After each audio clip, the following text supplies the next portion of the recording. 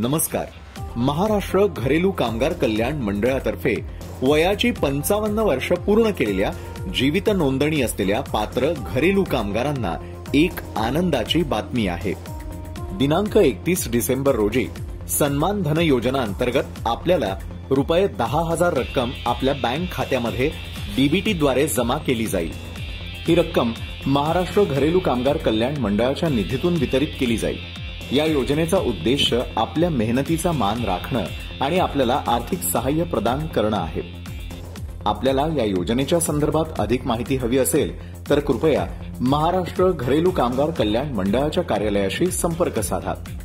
अधिक माहितीसाठी www.msssb.in या वेबसाईटला भेट द्या. आपला हक्क मिळवण्याची ही एक संधी आहे. सन्मान धन योजनेचा लाभ घ्या आणि आपली कर्तव्य सन्मानानं पार पाडा. महाराष्ट्र घरेलू कामगार कल्याण मंडळ.